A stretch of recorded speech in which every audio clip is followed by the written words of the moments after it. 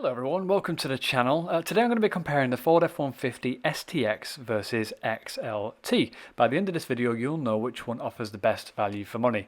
You've seen the videos, you've watched the reviews. I'm going to dive into something a little bit deeper, and this is value proposition. What are you spending your money on and why?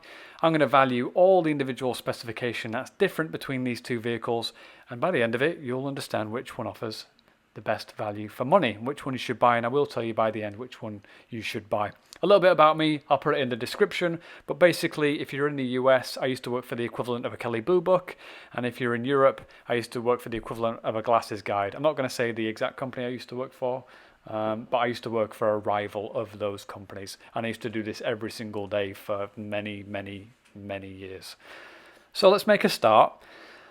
You're either going to pay Ford $41,915 or you're going to pay them $45,595, and that is a difference of $3,680.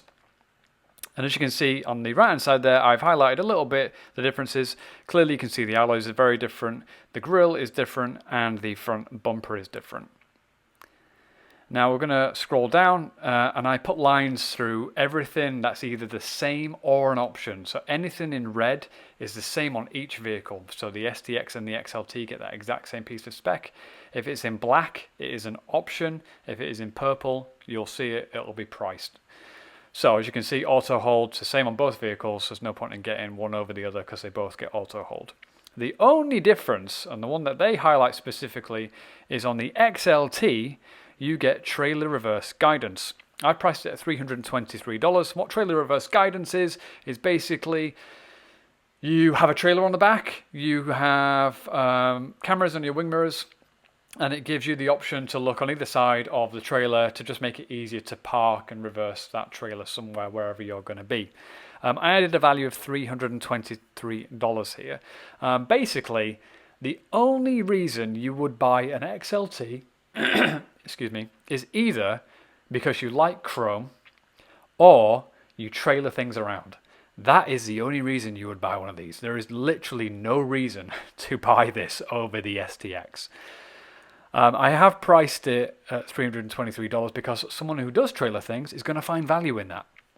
However, you shouldn't buy it unless you really need the trailer reverse guidance. Just stick with the STX. Kind of given the game away a little bit there and told you the answer before we got to the end, but just buy the STX. Anyway, we'll keep going. We'll find some more things to value and see the differences between these two vehicles. Audio, same. You do get the optional Bang & Olufsen system, but it is an option from factory, so you do have to order it like that. So it has a line through it. There is no difference between them otherwise. Navigation system or infotainment system, 12 inches. So don't jump into the XLT if you think you're getting a bigger system. Wheels, as I've said on previous videos, basically you get a value difference or a value change or a value uplift if the wheel changes from steel to alloy or alloy to something else like titanium or something like that. If it's an alloy wheel versus an alloy wheel between two trim levels, there's no value difference. If you take it to a car dealer or to somewhere who's going to value the car, they're just going to look at them as alloy wheels. Doesn't matter if they're 17 inches, 21 inches, 20 spoke, 8 spoke, custom made, doesn't matter. They are alloy wheels in the valuation world, and we value them as 0. So that is the reason why there is a 0 against the alloy wheels there. Drivetrain, both 4x2s, you can get 4x4 as an option, etc, etc. Transmissions exactly the same. You can get a hybrid system, but again it's an option. Engines, both 2.7 litre EcoBoost V6s, and you do get a few more options on the XLT if you want the 3.5 litre, but again optional. Accessories, those are dealer accessories. You ask your dealer to fit those once your car gets delivered. Exterior features, so like I said before, there is a difference between the bumpers. Between the two, you get black bumpers or chrome bumpers on whichever model that you pick. Even though I'm not a massive fan of chrome, it doesn't really sway me in terms of my opinion on how I have to value something. I'm still going to give it a value uplift because it is a visual change. You put them both side by side, you can tell straight away one is an STX and one is the XLT. and you have to approach it that way. There's a visual difference. Maybe I don't like it. Doesn't really matter. I have to value it like that. So 150 for the front and 150 for the rear bumper. Scroll down, exterior lighting, all the same. Grille, basically the same. There is a slight visual difference, but they are the same color. If I was gonna add a value, I'd probably do like $100 for that. Mirrors the same. You get a few more options on the XLT. Zone lighting is basically a system within the infotainment screen. Maybe it's a physical button nowadays, but I highly doubt it, where you can park your vehicle up and put lighting on the wing mirrors or the rear or the trunk bed. I assume the trunk bed's going to have a bit more of lighting, and on the front. So if you're somewhere really, really remote, you would absolutely probably use that system. If you're just going to the HEB car park at night, I really can't see why you're going to put those lights on. Anyway, there is a bit of a difference. They have added it as standard, so I do have to add a little bit of value to it. And I've added $100 just to sort of show that there is a difference. There is just a little bit of a benefit. But in terms of everyday use, you're not going to use it. But I do need to value it in a different way. Exterior, everything's the same. Bed storage box is the same. And then everything in black there is an option.